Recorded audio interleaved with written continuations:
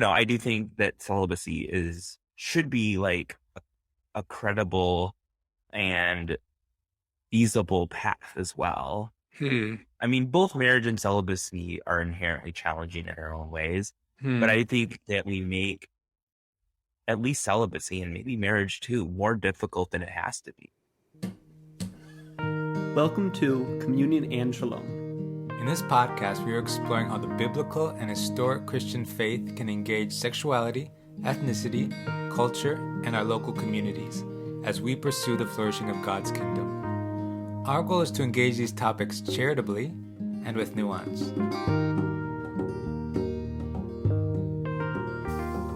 Hi, everyone. This is TJ.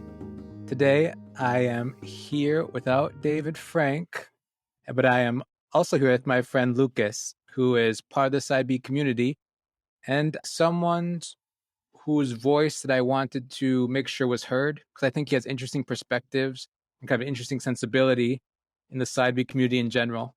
So Lucas will tell us more about himself, but I first want to say, Lucas, thank you so much for coming on. I'm very happy, and I think all of our listeners will be very happy as well. So Lucas, we'd love to hear more about you. Could you share a little bit, please? Thank you, TJ. Thank you for the introduction. And yes, and Lucas is not my real name, but that's what we're going with since I'm still kind of being a bit cautious with privacy and stuff. But maybe one day that'll change. So I live in Michigan. I grew up in Michigan for the most part. And yeah, I am 32 years old now. And yeah, I've been in the Side B world for a few years. I have a father and mother. I have a younger brother. Both my brother and I were homeschooled on the west side of Michigan. And then I went to college on the east side of Michigan. And then I've been working kind of for the last number of years in software. Could you tell us more about your church background? Yes. So I guess maybe it might be helpful to share a bit about my parents' church backgrounds. Mm-hmm. My dad grew up in Texas and he grew up Southern Baptist. He kind of became agnostic in high school, and that lasted until partway through college. But he got connected. Well, he kind of got involved with an evangelical group at his college and kind of either came to faith or had a revival of faith, however you look at it. And then ultimately got involved with a Reformed Baptist church. My mom is from the Philippines and grew up Roman Catholic, which is the predominant religion in the Philippines. She went to Catholic school for part of her upbringing, but in high school, I think she went to a public high school probably.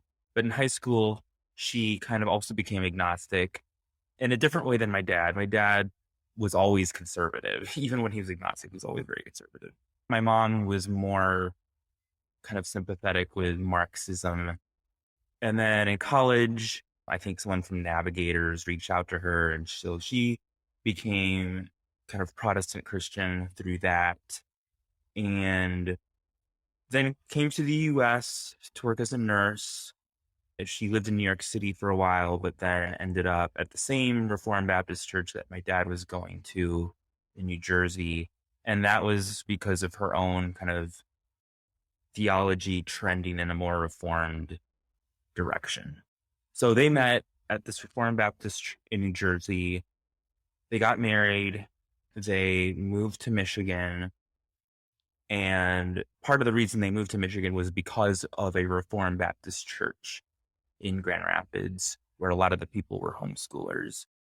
And so originally our family was Reformed Baptist. Later on, my dad became convinced of infant baptism. And so the family switched over to what is called United Reformed Church. It's a denomination with a Dutch Reformed heritage. So we were there for a little bit. And then we kind of moved into the Presbyterian world, which is very similar, just not as Dutch. And then, yeah, then it gets complicated because there were challenges. Ultimately, My dad became an elder for a while, but there was some controversy around beliefs, my dad's beliefs, and he stepped down. And then he ended up joining a church that's based in Scotland. He joined a denomination based in Scotland, and his membership is at a church actually in Ontario. My mom ultimately ended up leaving the conservative Presbyterian church that she was going to, and joined a very conservative Netherlands Reformed congregation. So it's vast majority Dutch where my parents go in Grand Rapids. So they're one of the very few non-Dutch people there. But I think they like the very conservative mentality and vibe and beliefs that's present there. And so that's where they currently go. So I kind of come from a generally reformed conservative background. Things currently are a little up in the air in terms of my church situation. From like 2000, late 2013, when I moved back to the east side of the state, until about March 2020, when the pandemic kind of rocked things, I was generally attending a very conservative Presbyterian congregation on the east side of Michigan. I kind of knew for a while that that was not where I wanted to be long term, but I continued going. And there were a number of things that I did like about it, but for various reasons did not think it was where I would be long term. But with the pandemic, I stopped attending, and in some sense that kind of like forced me out. Yeah, that's a bit about my church story. Was helpful, and I want to pull out more strands there. Uh-huh. I think it's interesting that you're in the Side B community, but you come from a very kind of conservative Protestant background, which is not necessarily the same for all of us. Some of us it is, some of us it's not. So I want to pull out more strands there. But first, I want to talk about, how did you connect to the Side B community, and how are you currently thinking about like your sexual identity? Do you use words, a certain word to describe yourself? Do you not? What is that like for you? In terms of words, I think there are pros and cons with different words. Sure. And I think all of these different labels have limitations in terms of really getting to the particularities of each person's experience. And I think they can be simplistic. I tend to use phrases like, I experience same-sex attraction, or I'm attracted to men, or whatever, stuff like that, for example. I don't necessarily have a problem with people calling themselves gay. And even, I mean, really, same-sex attracted and gay kind of mean the same thing. Sure. I think part of it is like, I am not 100% exclusively attracted to men. And so I think maybe that's why partly I tend to use like the phrase, I experience attraction to men, or I experience same-sex attraction. Because gay seems too binary to you? I think different people might define it differently. I think some people might, well, it kind of depends how you define gay and how you define bi, maybe. Because I think some people would say like, bi is anyone who experiences attraction to two or more genders. But what if it's like 90-10? Like it kind of gets into those kinds of details that are a bit challenging. And I mean, it's also more complicated based on the fact that there are different kinds, like, at least in my opinion, there are different kinds of attraction. There's aesthetic, there's emotional, there's, hardcore sex, there's physical affection. Like there are different kinds of things that people may feel or want. And sometimes these kind of categories don't account for all of that. But it could also be my conservative background affecting me too, where there's a difficulty with the word gay or queer. But I don't think it's just that, if at all, because in some ways I'm very liberal and progressive. I mean, if you communicated with your parents, does I experience same-sex attraction, does it make more sense to them? Or they would respond in a different way than if you said, I'm gay or I'm queer? Yeah, I think so. I don't want to make things more difficult than they have to be. Sure. But, even when I'm talking with people other than my parents who probably wouldn't react too negatively to the word gay, like I still tend to use more phrases like same-sex attraction. Yeah. But when I shared with my dad, I wrote a letter, and I tried to be very careful about how I said things and try Mm. to be very thoughtful and stuff. Could you tell us more about that? What that was like talking to your parents about sexuality? And I'm also curious, well, how does that relate in the timeline to when you entered Side B community? Did you enter the Side B community before you told your parents about your sexuality or after? Yeah, so I wasn't really aware of the side B world until, well, in some ways it was side B that, so, even when I talk about same-sex attraction, I even had a hard time kind of thinking of myself as same-sex attracted in a way. It was not until after college that I really spent significant amount of time reading or thinking about these things. And one of the resources that I read a lot of, and I know you did too, was the Spiritual Friendship blog. Yeah. And then reading the articles, reading the blog posts there, as well as like interacting, like reading the comments, I myself would comment. And so that process of reading those things kind of helped me see like, wow, there's so much similarity in what they're thinking about or what they experience. I just resonate so much with this. And so it was hard for me to ignore that. And so that was like a big thing for me for a while. And of course, I read Wesley Hill's books too. I read Christopher Yuan's book actually prior to Wesley Hill's books. Do you remember what his book is called? His main one? Out of a Far Country, Okay. Yeah, which, thanks. yeah, he wrote it. He co-wrote it with his mom. And it was a good book. I didn't really relate to it as much as Wesley Hill's books, Mm-hmm. but yeah, it was a good book. So yeah, I was kind of like reading stuff somewhat on my own. Like I was not sharing with people in my personal life. I was Mm-hmm. commenting, on the blog, but like I Right. wasn't actually sharing with like people I knew. And then what happened was in 2016, I was I was actually with my family on a vacation and I was just finding myself feeling lonely, even though I was with my family. I was just, Mm. and I had been through some difficult stuff. And that kind of, and also there was actually a blog post on the Spiritual Friendship website a few weeks prior that really resonated with me. And so I actually emailed the guy who wrote that guest post. Partly also he had an engineering background in his college, and then he was also involved with student like campus ministry after college. And I just thought like, oh, there's some similarities here. Also, he has like he's Presbyterian. I just thought there were some similarities there. So I emailed him. That was the first person I shared with in a, more non-anonymous way. Mm-hmm. Not long after that, I joined a Facebook group, and then ultimately over time, I joined more and more Facebook groups. The first person I told face to face in person was in 2017. Hmm. And then I didn't tell my parents until 2019. Oh, recently. Yeah. So Yeah. by that point, when I told my mom, I was 29. When I told my dad, I was 30, I believe. And I think like going back to, let's say, 2015 or, Oh, yeah. I don't think I necessarily considered it inevitable that I would share with anyone ever. And maybe especially my parents. So that's why you delayed till you were older, Yeah. because you didn't think it was inevitable that you would have to share. Because why?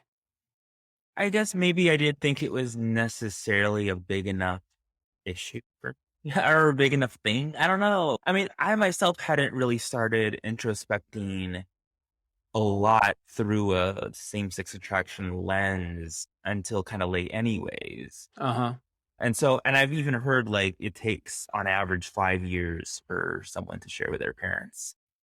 And so if one takes into account the fact that I wasn't myself really processing through kind of a gay lens of my own life story and experience Hmm. until kind of late, like it in a way I kind of fit the general norm in that sense that it took a Sure. number of years, I'm curious, did you previously assume you would marry?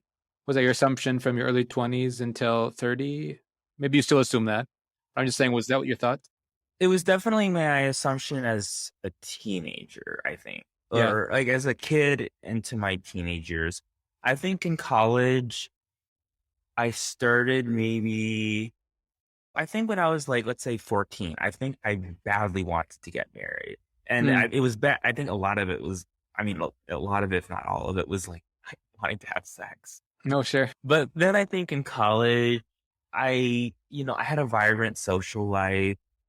I mean, I was busy with school, but I had like, from being, and I don't want to like paint all homeschoolers as isolated because that's not true at all. Sure. But like, I mean, that's not true to some extent. But like in my case, I was more isolated than average in during my high school years. I would say for most of my high school years, not all. And so that was like a big contrast then going to college, and I enjoyed the social aspect of college in terms of even like the difficult parts, but like just like well, at least a lot of it I enjoyed in terms of being with classmates studying in the library. I liked walking around the library and finding people I knew. And Hmm. there were a lot of international students, and I enjoyed that. So maybe I didn't feel marriage was as much my ticket into happiness or something like that. Maybe Mm-hmm. not that I was thinking that analytically about it, but like I think I was having a good time socially, and the idea of getting married actually became kind of scary a little bit, partly because I knew that like my parents, so actually I was not supposed to date until I was done with college anyways. Oh, okay. So my Yeah. parents did not want me to date while I was, in high school or college or whatever. That was very much ingrained into me. But like the thought of having to go into the real world after college and kind of live a normal life and like marry actually became somewhat scary because the rubber would kind of hit the road more in Mm, terms of like my parents being very conservative and them wanting me to marry like someone who they like, someone who kind of fits their idea of the kind of wife I should have. mm-hmm. And my having kind of this, maybe coming from looking at things a somewhat different way as them. And then also, my asthma has been, I think maybe I started thinking more about how my asthma would be a challenging thing for marriage and kids. Can you expand on that? Yeah, so I've had asthma issues since I was a baby, and one of my biggest triggers are viruses. Like just catching a cold can be a big thing. Mm. I think it was something I was aware of even from an early age that like, I should probably marry a healthy woman so that the kids are, you know, not too sickly. Sure, sure. But I think maybe I started being more concerned, like, how would it actually work, for me to have kids and like they come down, kids will come down sick and it's hard Mm. to avoid illnesses as much in that environment. How would that work? So as I, finished college and then my parents started wanting me to get married, that was kind of the main thing I was expressing concern about asthma and children and that sort of thing. Mm. And so, yeah, during for much of my 20s, when they would bring up the marriage issue, that was at least one of the things I would mention. I would not mention same sex attraction, but I would mention that.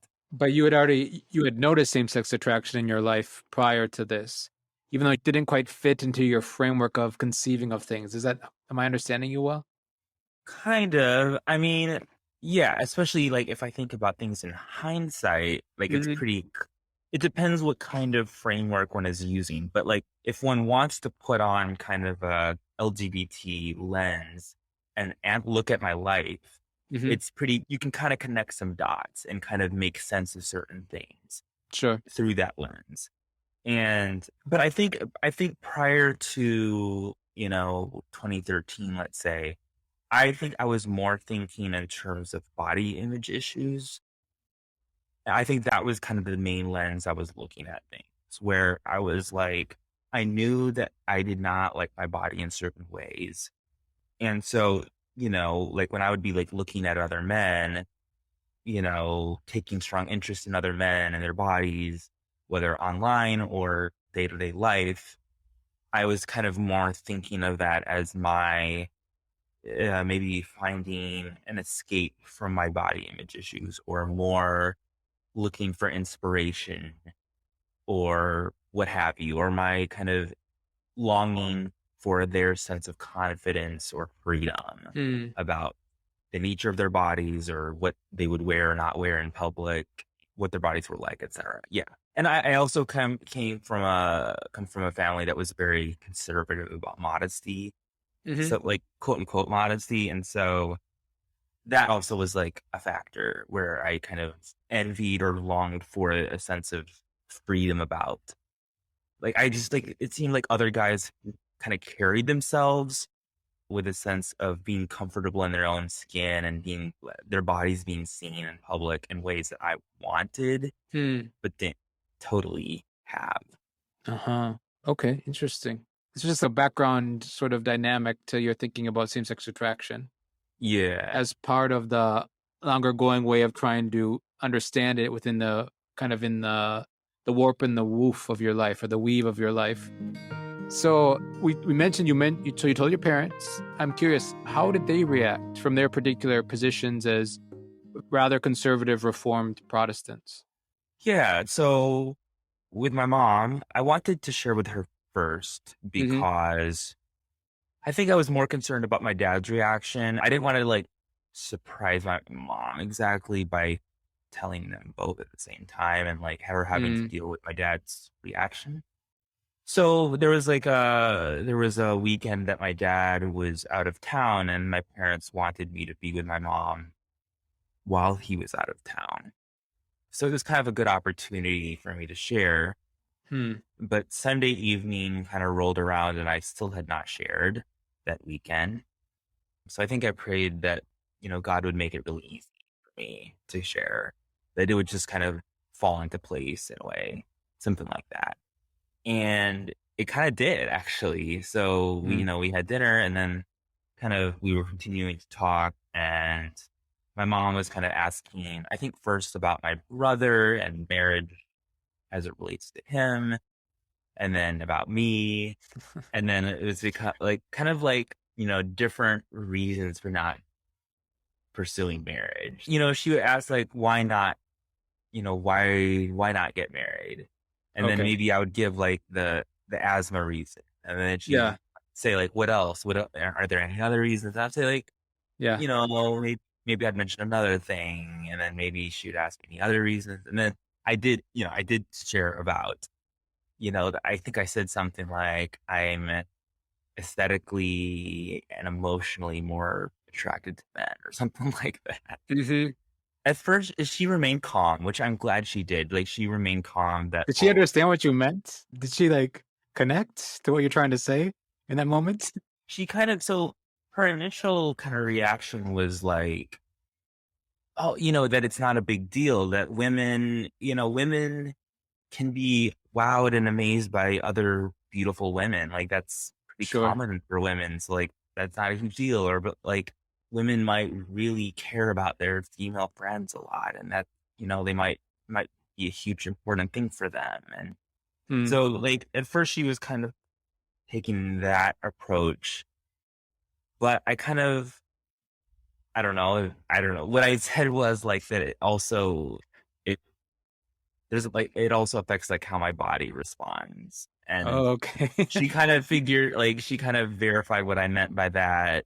In your conversation with your dad, when he was asking you about your beliefs, was he happy that you still were walking the path of the traditional Christian sexual ethic? And you were probably saying those beliefs? Or what was he thinking about that? I think he was concerned that I maybe believed the Roman Catholic view of on concupiscence. For our viewers, he did a quote hand. Lucas said a quote hand. Yeah. I don't know. I just think, Because he himself was very focused on at least one version of a reformed view of concupiscence. Yes? yeah, yeah. And so he was kind of concerned that maybe I was not holding to the Reformed view of concupiscence, that maybe I was agreeing with the Roman Catholic view, which Hmm. also the Christian Reformed denomination, which describes itself as Reformed, but from my dad's standpoint, it kind of is kind of liberal and kind of taking a more kind of liberal view on this, even though they still are, in some sense, they're fairly side B in a way. And I think my dad was kind of concerned that I was kind of holding to the CRC and Roman Catholic on that. You also mentioned to me in the past that he was maybe more skeptical of celibacy as a Christian path. Yeah, I think so. And in some ways, honestly, recently I've sometimes felt similar. But like I think he's kind of viewed celibacy as kind of like a very minority type of approach, that the Mm-hmm. norm is to get married. And I think he still continued to believe that I should get married. But even you yourself, what's your current status on thinking about marriage? Does it seem like a possibility? No?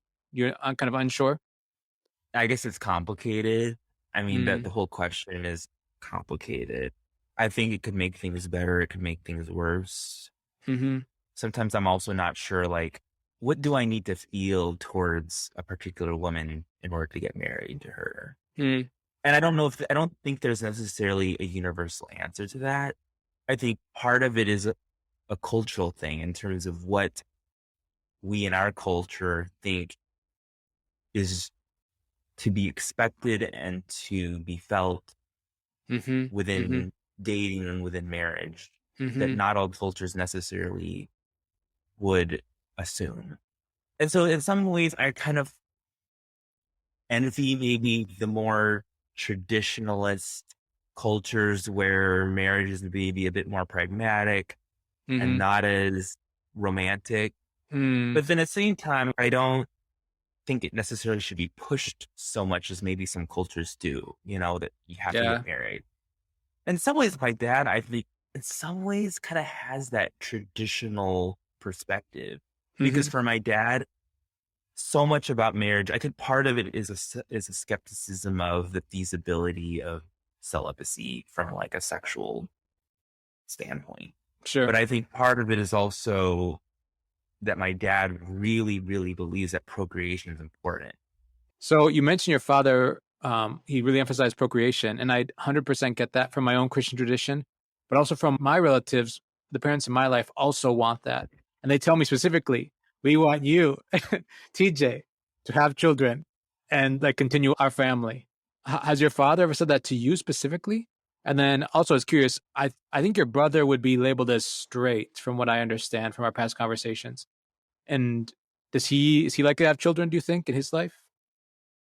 In terms of my brother, yeah, I mean, I think he would be considered straight, and I do think he wants to have children. And Uh-huh. so I think from that standpoint, my parents don't need to be terribly concerned about not having any grandchildren. Mhm. So yeah, and I mean, I mean, oh, maybe at some point I think we'll talk about like why I'm side B. And I do actually think that procreation is important. And so Yeah. I actually I kind of in some sense agree in a way, but at the same time, I do think that celibacy should be like a credible and feasible path as well. Hmm. And I think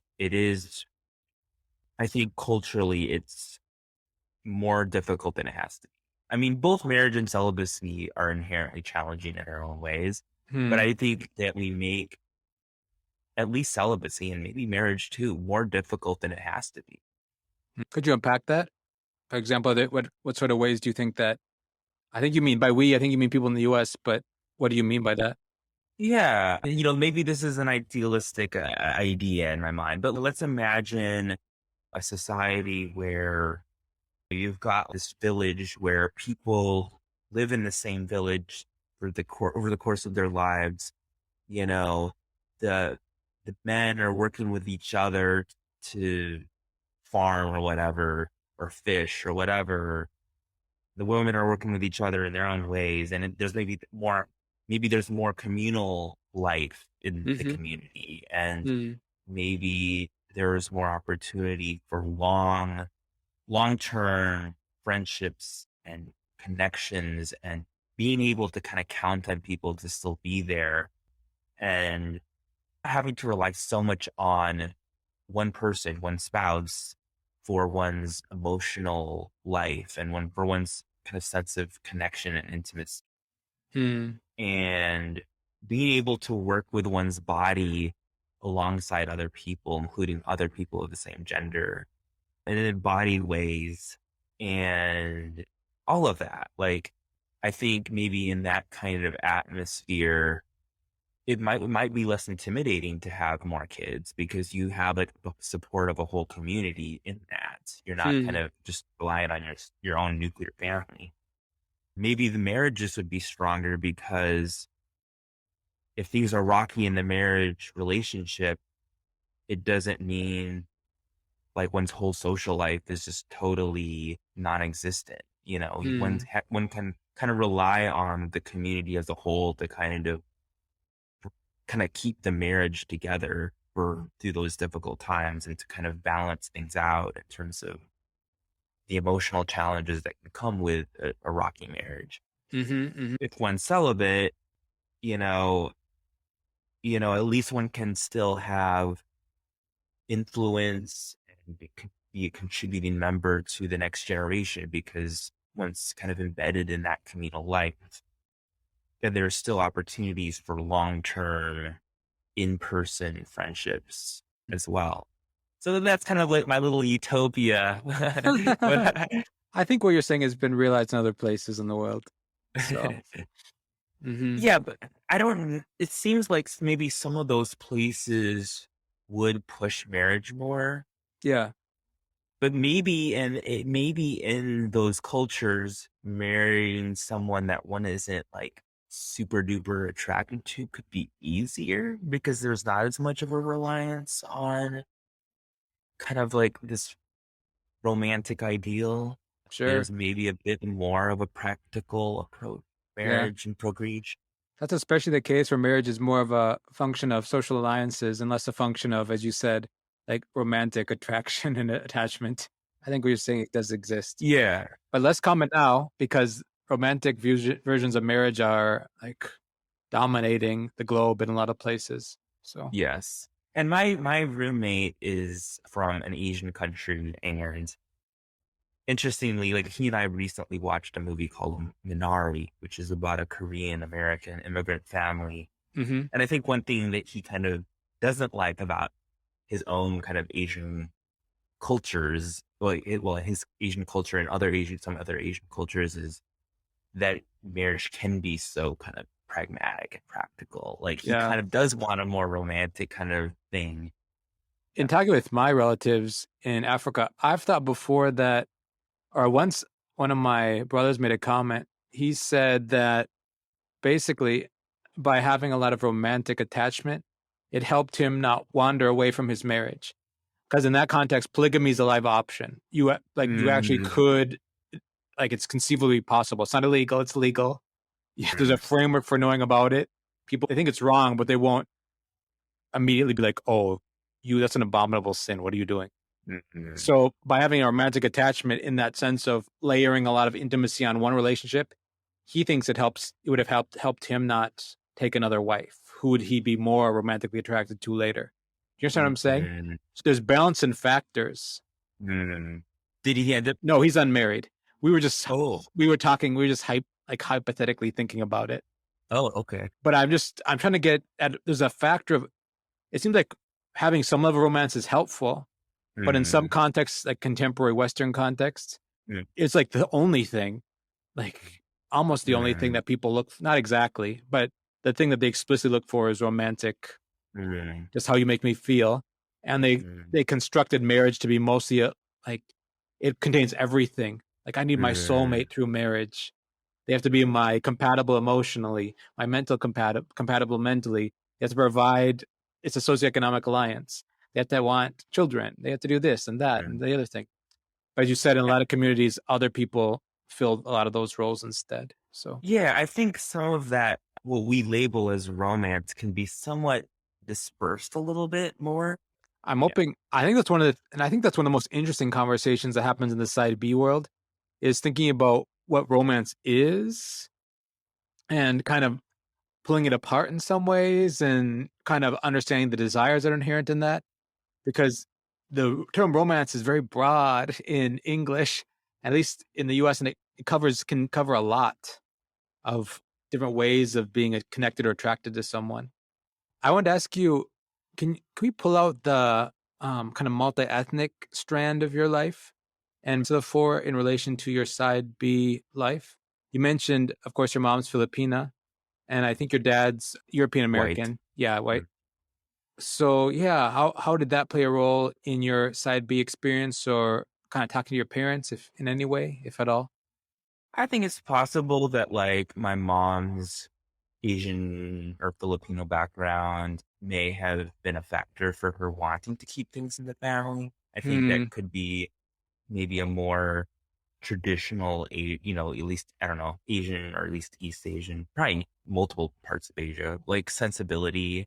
Hmm. Yeah, I think multiple parts of Asia, like sensibility of wanting to keep things more in the family and not probably it is considered somewhat of a shameful thing, being sex attracted. And so that kind of sense of like maybe honor shame thing, that could be a factor. I think some Asian masculinities Hmm. are less macho than American masculinities are. Yeah, I mean, I kind of, whether it be on issues of just like how maybe gender expression type of issues or physical touch type of issues, like I wonder if maybe I would blend in more or yeah, I don't know if blended is the right word, but like my nature that would fit more into those. Places or contexts? A lot of my friends or a lot of my connections in college were international students, and a lot of them are from Asia. I think a lot of why I connected with them was because being homeschooled, I was kind of dumb about American popular culture. Like, not just homeschooled, but like strict conservative homeschooled. I was kind of dumb about like a lot of American culture. Sure. And so I didn't feel as maybe intimidated by international students. Like, if I'm with like, you know, a bunch of Americans who went to public school who know a lot about football and contemporary music and pop music and about Harry Potter, Star Wars, things that I didn't necessarily grow up with a lot. Yeah. It can feel intimidating. I can feel embarrassed. Especially in college, I think I felt embarrassed that like I didn't know how to like chime in or whatever.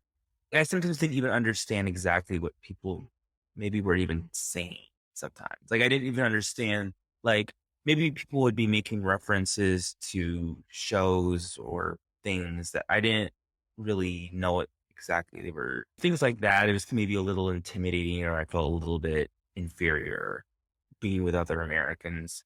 But like Hmm. with international students, in some ways, I was like the American culture expert in a way that kind of, I not always. Like sometimes, understand. like I had an Indian friend who understood football. It seemed like probably better than I did. But at least when it comes to the English language, I certainly was more knowledgeable.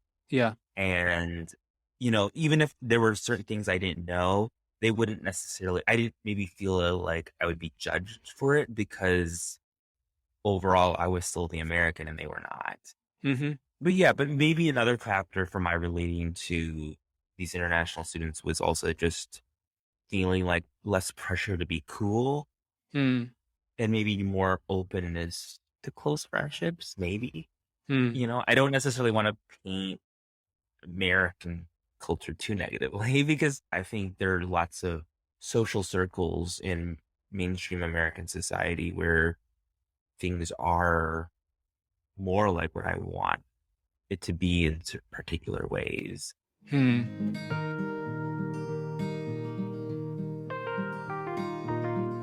So, Lucas, we talked about your background, where you're coming from. I'm curious. At this point, you're in your early 30s. So, why are you not side A? Why has that never been convincing to you, as far as I understand, in your life history so far? Yeah, I mean, I think biographically coming from a conservative background, it was not a very strong possibility in my mind. I Hmm. did, I did look into it to some degree. I haven't really read any side A book, but I have read side A arguments. I did listen to stuff. I know you have a connection to a side A church that Right. we have a mutual friend to. Yeah. Right. So, Yeah. So like during the pandemic, when I stopped going to the very conservative Presbyterian church, I did virtually attend essentially a side A church for over a year. hmm So yeah, I mean, I have certainly exposed myself to side A.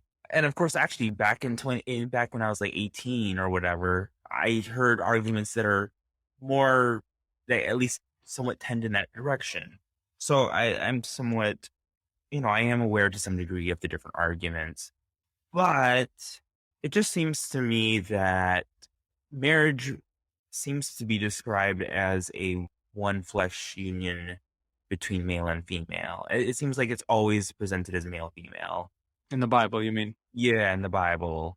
And I think, I think Preston Sprinkle makes a good point that like we need to ask like what is marriage?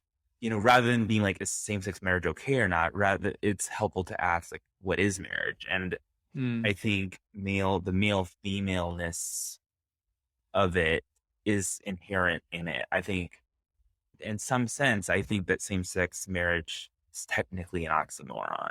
hmm I do think that procreation is a part of the picture when it comes to God's purpose for marriage. There's a verse in Micah or Malachi where God kind of rebukes. I have to look at the context of like who is he exactly rebuking, but it seems like he's rebuking some man or maybe the men or whoever of the lack of faithfulness to their wife. And then there's a verse that says, like, why did God bring them together? What was God desiring? And it was godly offspring. Mm. So it seems like there's this notion of, one male, one female being in a lifelong union, being the kind of what marriage should ideally be. And that procreation should, at least hopefully be connected with that. Mm. I think the modern culture, which goes beyond just the same sex issue, but really, I think a lot of the way people these days think about sex is that it's about fun and pleasure, giving each other pleasure, having fun, being intimate. I'm not going to say like that those are not part of it at all. Like that is, of course, but I think that's not necessarily the ultimate or main part of it. I think union and procreation are more core. And maybe one way I like to think about it is like maybe the pleasurable aspects can be kind of like a sweetener for the challenging aspects of marriage and procreation. Mm. But I don't think that the biblical notion of marriage and being a one flesh union between male and female and procreation and all that, I don't think it fits terribly well with side A, not just side A, but kind of with the general tenor of where our modern society kind of approaches sex. That's helpful. Thank you. So now I want to ask, why are you in the side B movement or the broad school of thought rather than the side Y or side X, which are other kind of broad schools of thought, which are options that still affirm the kind of the historic Christian sexual ethic in some way, in some sense, at least. Yeah, I joined my first Facebook group in 2016, and then in 2017 I joined maybe the largest side B Facebook group. But I am part of multiple Facebook groups, actually somewhat across the spectrum to a degree. Like I'm Oh, yeah. part of a Facebook group that is side A, and even there are like some people who I think would describe themselves as post-Christian or non-Christian or whatever. I'm also part of a group that is called like the Changed Movement, which is essentially more side YX. I think has some connection with Bethel Church in California and the Freedom March, which tends to talk more in kind of side X or at least side Y terms. Mm. So, I mean, I'm open to being exposed to different views. I don't like when it comes to, let's say, side X, if someone wants to call themselves ex-gay, but then in the same breath explain what that means for them, Hmm. in a way that kind of helps clarify it, I don't have a huge quarrel with that. Where I would have maybe some concern is like if someone, you know, living a very promiscuous life and having sex with a bunch of, let's say a man having sex with a bunch of men or having serial boyfriends, and then he becomes a Christian and he starts exercising more self control. Maybe he marries a woman and then calls himself ex gay without providing more nuance about how he may still feel maybe higher than average needs for connection with men than maybe what a lot of men may feel, like maybe a higher level desire for connecting with other men, or maybe still has a higher than average sensitivity to male beauty or those sorts of things, and doesn't speak at all of those things, but just only, calls himself ex-gay. I think it's not really giving the whole truth. Not that everyone has to share everything that they're feeling and experiencing, but like, Sure. I just am concerned that like a straight audience could hear that and think that, oh, good, this guy has become good and normal like us. What a wonderful story. Yeah. When I think we need to question whether straightness, which is perhaps a construct anyways, is necessarily the goal and is necessarily entirely the ideal from a cultural standpoint. And also, it could also lead that audience to then go to their gay relatives or friends and be like, oh, I know of this person who's now not gay anymore. Like, and Mm. it can kind of create burdens or expectations that may not actually pan out. So I think that is my kind of concern with side X. I think with side Y, I would consider part of side Y to be under side B. So Yeah. I do think that like if someone is like, you know what, I think that the term gay, at least for me personally, is not helpful for my spiritual life. And I'm concerned that it could have negative effects on other people too. And ideally, maybe people wouldn't use it, but I'm still willing to have close relationships with people who do choose that terminology. And I'm not going to make a huge issue of it. Mm. I think someone like that is still, I would like someone like that to still be part of side B. I'm at least sympathetic to that view myself. So if someone is willing to, I would like side Y to be friendly, respectful side Y to be under the side B umbrella. Hmm. I was going to say, usually side Y people have a more negative view of SSA or queerness or whatever, whereas side B people sometimes have a more nuanced or maybe Mm-hmm. less negative perspective Mm-hmm. about that facet of their experience or themselves or whatever you might say. Yeah, how do you relate to that sort of that dualism or that binary or that like dynamic? So like I myself, I'm not like a rainbow flag waver. I'm not maybe as excited about gayness as maybe some side B people are. Mhm. On the other hand, I was even thinking earlier this evening when I was kind of anticipating our conversation, I was thinking like, in some ways I like the fact that I probably have a higher than average appreciation for male beauty compared to what other men feel. Like Mhm. I think probably all men can recognize handsomeness or beauty in other men to some degree. But like the fact that I probably have a higher sensitivity or awareness or appreciation of it, like I actually don't think I necessarily would want to give that up. Sure. I guess it's complicated, I think, and I'm not entirely sure exactly how to feel about this sort of thing. I think so. Maybe some would say that the physiological aspect of same sex attraction is sinful. Hmm. Others would say it's not sinful, but it's fallen and Yep. broken. Hmm. Others would say it's how God made them, but they're not supposed to use it for having sex Hmm. with other people of the same sex. I don't know if necessarily it's exactly what some people would say, but like there might Sure. be just at least different ways of like thinking about it. I guess it's not 100% clear to me from the Bible necessarily. Mm-hmm. I mean, there might be at least hints about things. Sure. Yeah, I also sometimes feel like I wonder if we make a bigger deal out of these things. What things? Like how our bodies respond to different situations.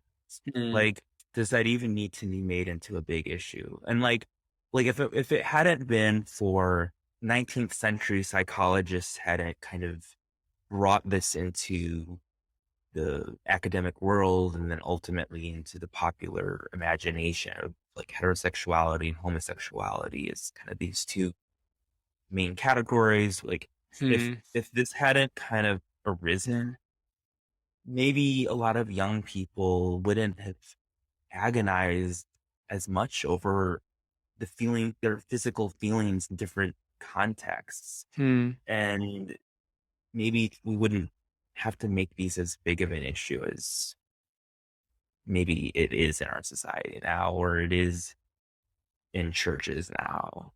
Like some women when they breastfeed feel physical arousal, and we don't create a sexual orientation out of that, and we don't make it this big societal hot button issue. It's just I don't know whether it's the fall or whether it's just the way human beings would always be, whether, however one thinks about it from a creation or fall standpoint, like it is what it is. And do we need to make it a huge, huge issue? I think it's a good question and worth thinking about.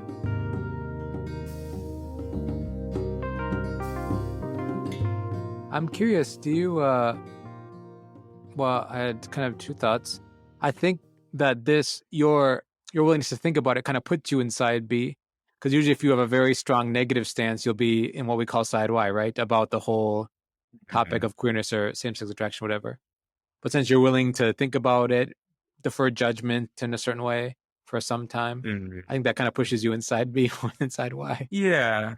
Maybe I would also say that like inside B, there's more, maybe because there's more either less negative or more positive feelings about gayness or same sex attraction or whatever. Mm-hmm. Maybe there's also more opportunity for friendships in a way Yeah, sure. where it's not only about like, oh, confessing sin or struggling or something like that. Uh-huh. Sure. My impression is in some side Y, inside X communities, there can be a lot of restrictions put around friendships with people who are in the group or people who are of the same sex just to prevent possible sin. Is that right? I'm not entirely sure. I think in some circles that I've heard that it has Sure. been like that. And at least I think like, I'm connected with some side X-ish people through this Mm-hmm. change movement group. And Mm-hmm. so it seems like with people involved with like the Freedom March, there is kind of like there's like a social world associated with that where they do have like close friendships in In those that kind of movement. environments. Yeah. Now it's like a shared ex-gay identity of like kind of celebrating how they are no longer, Gay or in that community or whatever. yeah, kind of like there even I think some people who survived, maybe like one or two people who survived the Pulse massacre who Mm, then became a Christian or had a revival, or at least the revival of faith probably became a Christian for the mm, first time possibly. But either way, like they had a significant change of life after that event. And they might, they're still very interested in gay issues. It's part of their story. And in some ways, if you just look at what they wear and like maybe, I don't know, like, you would think like, still called them as gay, maybe. That's what you like. You still maybe think they were queer or gay or something. they don't look like your standard macho straight American guy. Okay, sure, sure. But, they are very involved with what is kind of like an ex-gay movement. So it's Hmm. kind of, there's not necessarily just one version of side X or True. side Y. That's always a good point to remember.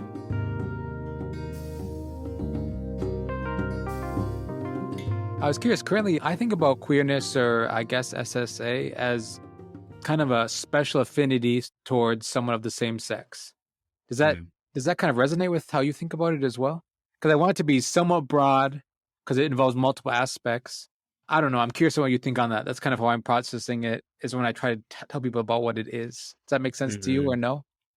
Kind of makes sense. I mean, even there, maybe it's complicated because like there might be guys who would be there might be like conservative guys who would think of themselves as straight or at least not gay, and yet they Mm-hmm. might be very protective over, maybe like when women started being introduced into the military more, Mm-hmm. or maybe, they might have been like, no, this is like our space and we want this for ourselves kind of thing. Sure.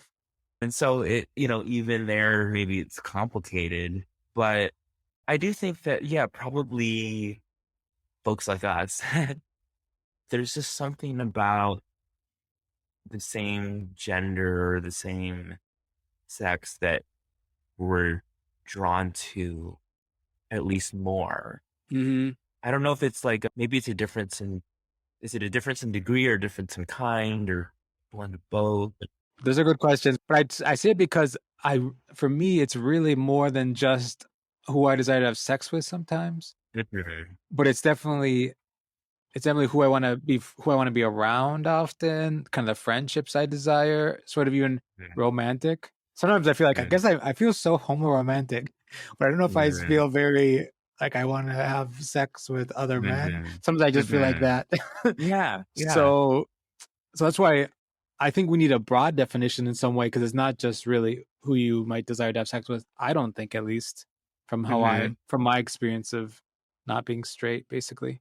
So yeah. I mean, something that I would kind of think would be interesting Uh-huh.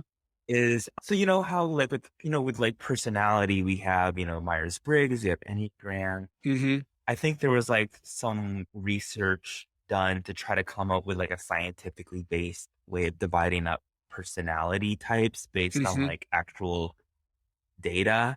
And I've kind of wondered if kind of thought it'd be kind of interesting to like do some significant surveys where you try to figure out, okay, maybe through interviews or someone filling out a survey, what is this person's aesthetic attraction? What are this person's emotional attractions like? What are this person's like, I don't know, physical affection attractions like? What are their, desires for having sex?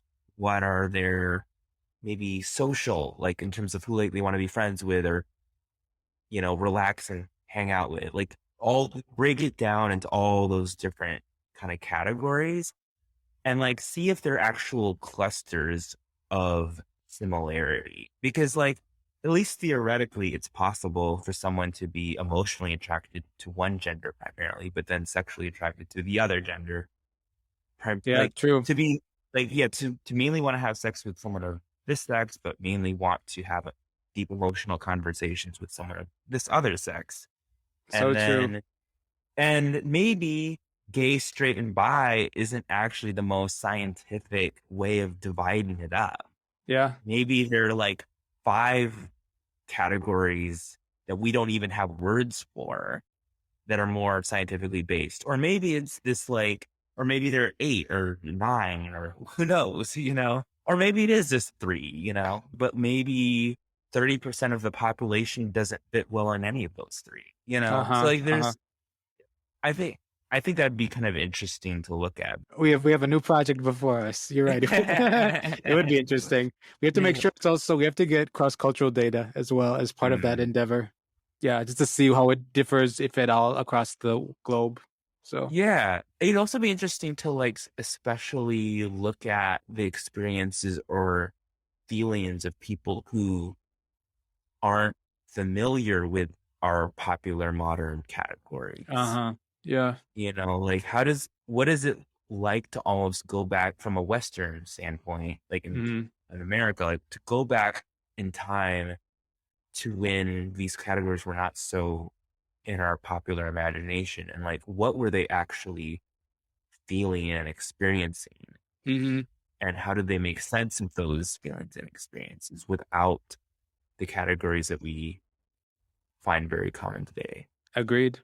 So, Lucas, thank you. It's kind of clear to me kind of how you're positioning yourself amidst the kind of the broad schools of thought that are currently on offer. I'm curious. I've also, in my time of knowing you, I think I've known you for how many years? 2 or 3. But I've also usually encountered you as someone who has a different perspective than a lot of the side B people that I'm around. And I'm curious if you could talk more about that.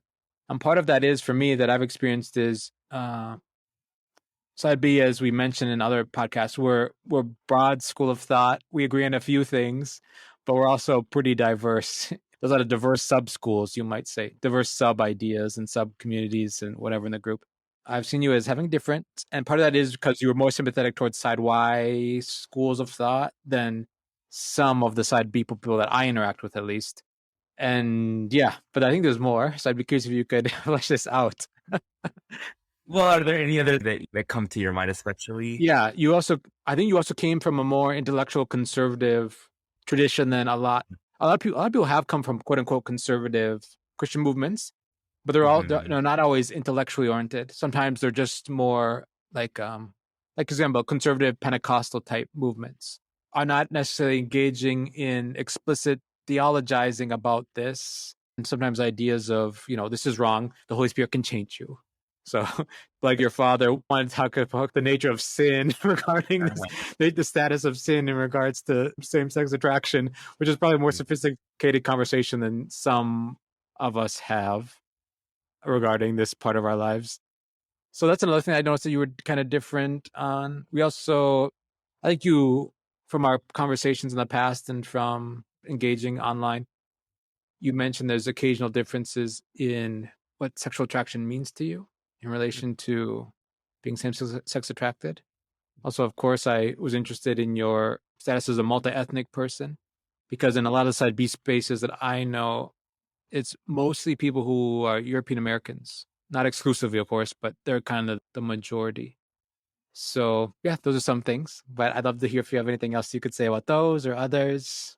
There's also maybe the political aspect of like, Oh, I'd love to hear more about that. Sure. yeah, and I know that you made a little allusion to it and you're talking about in Africa. But yeah, like I mean, there could be a whole conversation about like, how should a society ideally deal with sexual sin, Mm-hmm. or like what is the role of government to promote good and discourage bad when it comes to sexual things?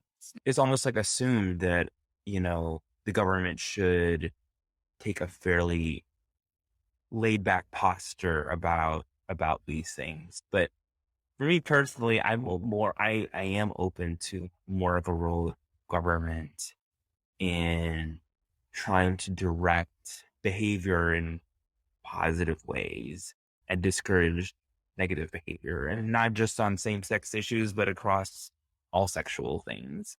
Okay, so not beyond sexual though, but in Well, sexual no, realm. but also everything, honestly, Oh, okay. everything. Like for me, I would love the government to tax, if not outright ban, unhealthy food.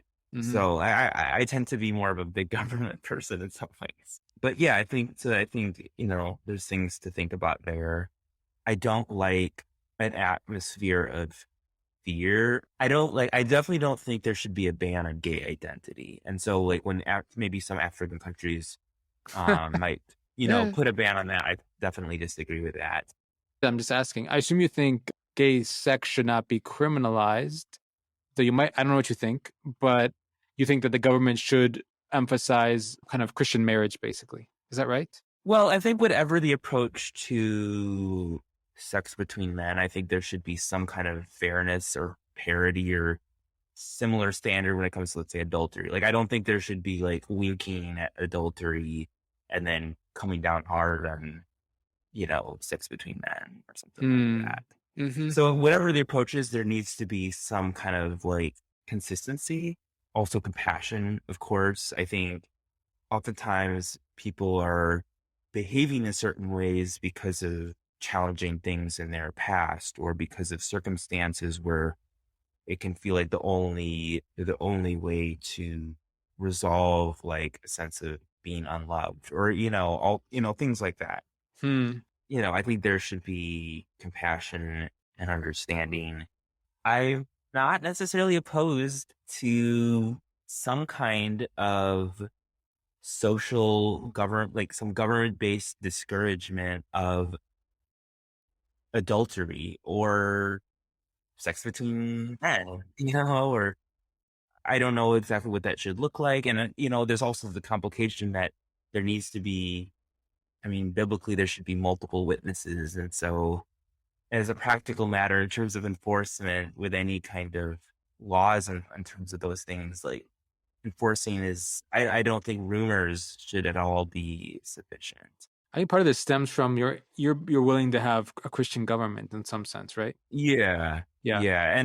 And so like when my dad is very much believes in that sort of Christian government type of thing. Uh-huh. So that is kind of in my background. So I am just generally more, exposed to that viewpoint than maybe Sure. some would be. But I think that boundaries can create safety. And so like when a society understands that, these are our boundaries around sex Hmm. and what the way people relate to one another, it can maybe create a sense of safety within those boundaries for closeness. Hmm.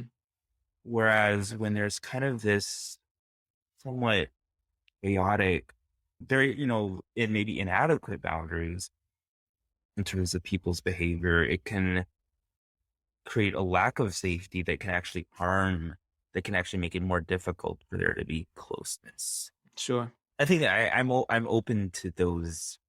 Sure. At least have the conversations. Yeah. Yeah. I Yeah. think that's good.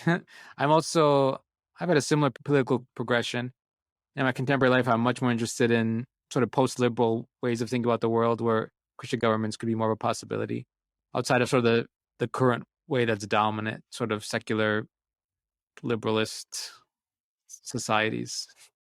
Mhm. So yeah, I think it's worth having. And I really appreciate, I think as side B, we need to think about what sort of future we would want or what society would be for queer people how they could also have a good life, Yeah. but also hopefully have the resources they could have to walk in a faithful way as well as they could, even in maybe a hard situation. Yeah. I think oftentimes conservatives don't have really a clear vision of like what they want positively. Like it can be Mm-hmm. kind of like reacting constantly against whatever liberal view is kind of being talked about in the society. But what exactly, and on some issues like the environment or on taxes, I tend to be more progressive. But like, let's say on some social issues, I don't know. Like, I don't think it's enough to just be constantly reacting to things. Like, there needs to be, I think, I think society is meant to. what can society be like to make being queer not so difficult as it is now? Mm-hmm. You know? Like basically, a society should help people be able to reach the good or the good life, and that Mhm. the good is God. But yeah, how can a society be built so people can flourish in virtue and also Mhm. have what they need to survive in Mhm. general, Mhm. but also walk on that path towards the good of Mhm. God? And I think we don't do enough thinking about that. And admittedly, it's going to look different in different contexts because that's going to look in a secular liberal state like the U.S. That's going to look different than if you had a Christian monarchy somewhere in the world. You know what I mean? It's the question that we don't do enough. So I appreciate your thoughts on that. So I'm curious as we sort of kind of bring this time to a conclusion. As a kind of in your current position, how do you envision the future for you as of now? What do you think? What are you thinking life will look like? What sort of resources you're drawing upon to have a life that can be good as much as possible? I don't know the whole issue of marriage. I don't know exactly either way. I think there's a very strong chance I may never get married. Mm, Maybe even a little over 50% chance of never getting married. hmm either way, I would like one or more close male friendships. And of course, I already have close male friendships, but ideally in person, ideally long term. Yeah. And so I think something like long term in person committed friendship and or mixed orientation marriage. Yeah, one or both. In some ways, I feel like close male friendships are a bit more basic to me, or at least more like I probably feel more desire for that Hmm. than marriage, or at least I probably think about it more. And also, I can think about like, I can maybe kind of wrestle with like how to draw the line of like what's okay or not okay. But yeah, I think regardless of what all of that looks like, one thing I do have interest in is co-housing, which I think does provide kind of the infrastructure for communal life more. And by co-housing, basically what that is like a neighborhood or an apartment building or something like that, where each household has its own home, has its Mm-hmm. own unit, has its own whatever. But then you also have common areas, like you have your own kitchen, but you also have a common industrial kitchen and a common large dining area Mm-hmm. where multiple times a week people can kind of have dinner together, Mm. and other kind of communal spaces where people can kind of run into each other naturally, spend time together. Like So a garden or a park or something. something like that. So that has interest in me long term, regardless of the other stuff, Mm. whether married or not, or whether a in-person committed male friendship works out or not, or something like that. Like, I think co-housing is a nice environment for having more of a communal life Mm. while still having a bit of place where you do have more personal control. Mm-hmm. So that's definitely something I'm interested in as well. Hmm. Do you have any final thoughts for our listeners? Well, thank you so much for inviting me. Yeah, you're most welcome. I know you would be a good person to talk with, so I'm happy you could come. Oh, thank you. Yeah, I'm kind of honored that you invited me. So thank you. So if listeners have any questions, they could email myself or David Frank and we could direct them your way. Sure, Okay. absolutely. Sounds good. So yeah, everyone, thank you so much for listening to this episode. Please continue to subscribe to our podcast. We also invite you to share, any listeners to share voice messages with our link that we'll provide in the show notes. And if you want to, you can also send us email messages. If you have questions or if you have questions for Lucas, as I said, we'll direct it towards him. So thanks again. Bye, everyone.